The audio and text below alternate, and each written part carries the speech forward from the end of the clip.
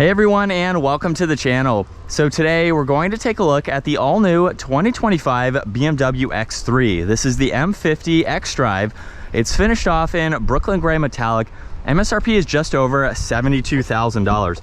We have a few different packages for this model as well. So we have a nice refresh for this smaller size SUV. Let's start off with what this is powered by, which is the 3-liter inline 6-cylinder turbocharged engine. It's also paired to the mild hybrid system along with the 8-speed automatic. This pumps out 393 horsepower, 428 pound-feet of torque, propelling this 4,500-pound SUV from 0 to 60 in the mid 4-second range. Top speed is going to be at 155 miles an hour. Now for this all-new X3, it does resemble slightly the XM with some of its design elements to it.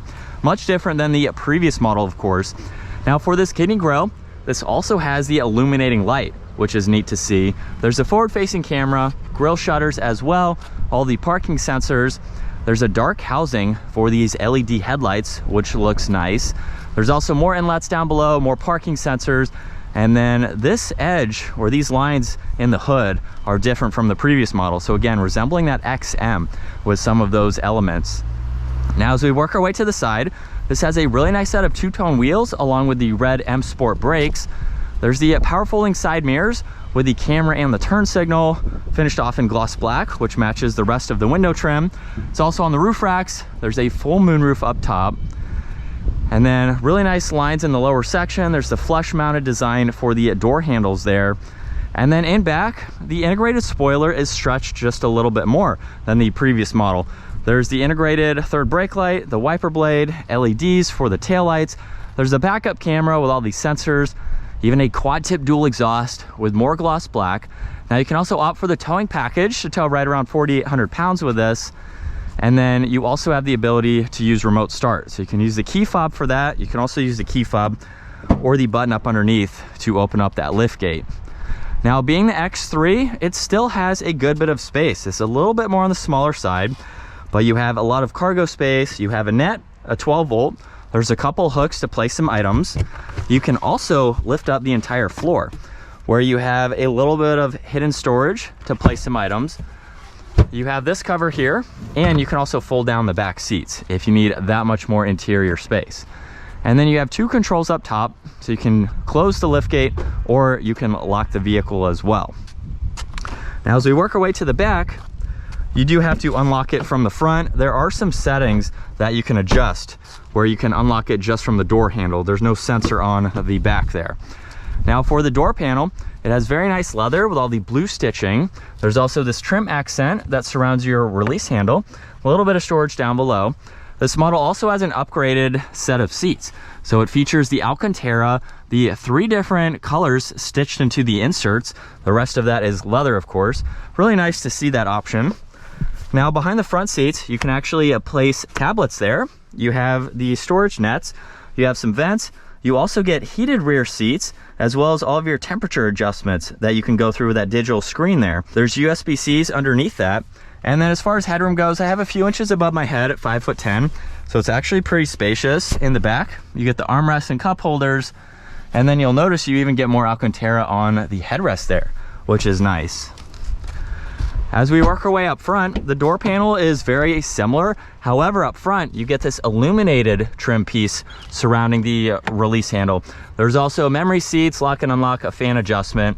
You have your side mirror adjustments, window controls, liftgate release, and even more storage.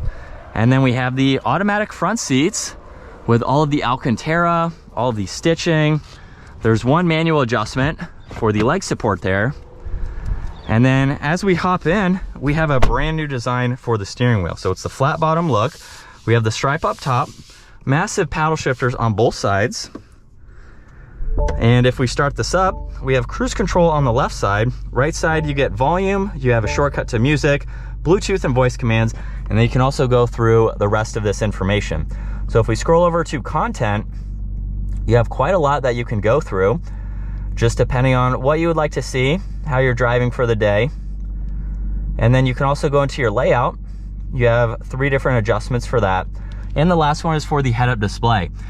Now, what's new for this 25-year model, we have one setting here that is called your curve ahead view. So confidence driving in unfamiliar curves.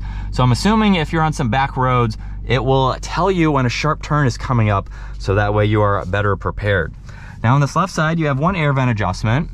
And then as we work our way back to the infotainment system, you have the navigation on one side. There's also some info on this left side that you can still scroll through. And you have all the shortcuts located in the bottom. So you can quickly pull these up. You can also use the controls down below to further get through all of this information. You can pull up your climates as well. You have navigation, your phone, and music there. And then this also has heated and ventilated seats, the heated steering wheel, and your temperature adjustments. Now there's matte black underneath that. We have some more of the event adjustments. You have a lot of storage down below with some USB-Cs, wireless charging. X3 is in this triangle shape with a cup holder on both sides. You also have more of the illuminating trim accent that surrounds that. You have all of these controls for the infotainment system, so you can use those if you'd like to. There's volume and tuning. You also have a few different modes, so you can go into these depending on your preference and what you would like to see. You have this shortcut right here that will get you into your driver assistance, your drivetrain and chassis, along with your displays. You have a shortcut to the camera system. You can also put this into reverse, where there's the 360 camera system. You have quite a lot that you can go through with the different angles here. This also has parallel parking, which is nice. You have drive, sport mode, the e-brake is park. There's also auto hold. Get a little bit of storage in the armrest, as well as in the glove box. And then up top, you have garage door buttons, adjustments for the sunshade there. And then this doesn't have a sunroof. It's just a solid glass for the moonroof there. So you just have the sunshade, and then here's a look at visibility over both shoulders. And we're still in sport mode from second gear. Here we go. And we're up to speed there. Paddles do a really good job. So those are very responsive, which is nice to see. But this is what it's like to be behind the wheel for the all-new X3. What I like, and I think I just noticed this, the entire gauge cluster and infotainment system is actually smaller than what you'll find in the X5 or the X7. Visually, it looks smaller to me, so it looks like it's more nicely integrated, especially for the smaller size of this SUV. I think that looks very nice. But we do have some interesting design elements to this model, especially when you compare it to the previous X3. But I like it. It's definitely different. BMW has been changing their models lately, which I know a lot of people aren't a huge fan of, but they're also the same people that don't want to see the same thing, if that makes sense. So BMW is changing their vehicles. I think it's for the better. It's going to be the new norm.